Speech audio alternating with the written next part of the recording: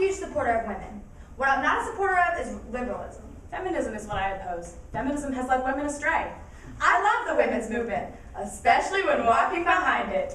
Rush Limbaugh, responding to criticism that he is sexist. The average American household has more television sets than people. Seems like we're too willing to use rhetoric over TV dinners and soak up stereotypes through radio waves. But just because dehumanizing people is legal doesn't mean we should. We may have the right to free speech, but we also have the right to remain silent. It's easy to objectify our peers when we slap labels on them. Liberal and conservative, towelheads and gangbangers. It's impossible to compromise with something less than human. Hard to counter blessings with a clenched While fist. holding onto our anger like we're trying to prove how tough we are. But talk radio isn't about what you're saying. It's about the ratings. And responsibility isn't important when you factor in profitability. Just ask your favorite pundit. Look, let me put it to you this way. The NFL all too often looks like a game between the Bloods and the Crips without any weapons. There, I said it. Rush Limbaugh. Our media is filled with bigots. There, we said it. Why is the only way we can make ourselves comfortable by filtering the world through color-specific lenses? Now we stand but divided our news networks. It's easy to scaremonger when you're just ranting at a camera, but Limbaugh, you're a coward. Beck, O'Reilly, Matthews, Oberman, you're all cowards who are trying to terrorize your way into a paycheck, polarizing politics until we're all silenced. But maybe the weight of our words can make a balance. I get most terrified when sitting in front of the microphone.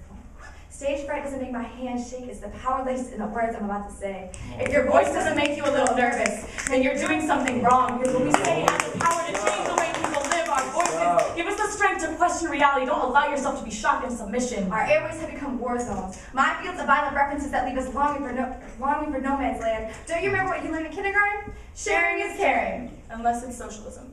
Communism, fascism. I never really learned which is which. When compromise becomes a bad word, we all lose. It's hard to let go of your anger if you mistake it for your dignity. Why do we think we can keep waging wars overseas when all we want to do back home is fight for our First Amendment right to sling slurs? This is not about weapons of mass destruction. Violence can be verbal. Just because you can't see them doesn't mean internal injuries aren't still fatal. Look around. Sometimes speech is a sharp display. In 2011, Senator Gabrielle Giffords was shot in the head. Many people blame Sarah Palin for putting crosshairs over the victim's district. So why do we blame an individual when the words terrorist, target, and bloodbath are some of the most common phrases thrown around by both sides of the political spectrum? And we poets are accustomed to double meanings, so pay attention to the diction in your day-to-day lives. Connotation can carry consequences. We are much more than the categories we've been tossed into. You are not a fad, an alien, or a lost cause. You are more complex than your complexion or sexual orientation. Not a plank in the party platform, so choose your rhetoric wisely. Our words can be deadly. Don't fire off discrimination so blindly. I don't care what your opinion is. Recognize propaganda on both sides. Don't let yourself be victimized. Your voice is a weapon, so how will you choose to use it? Nice.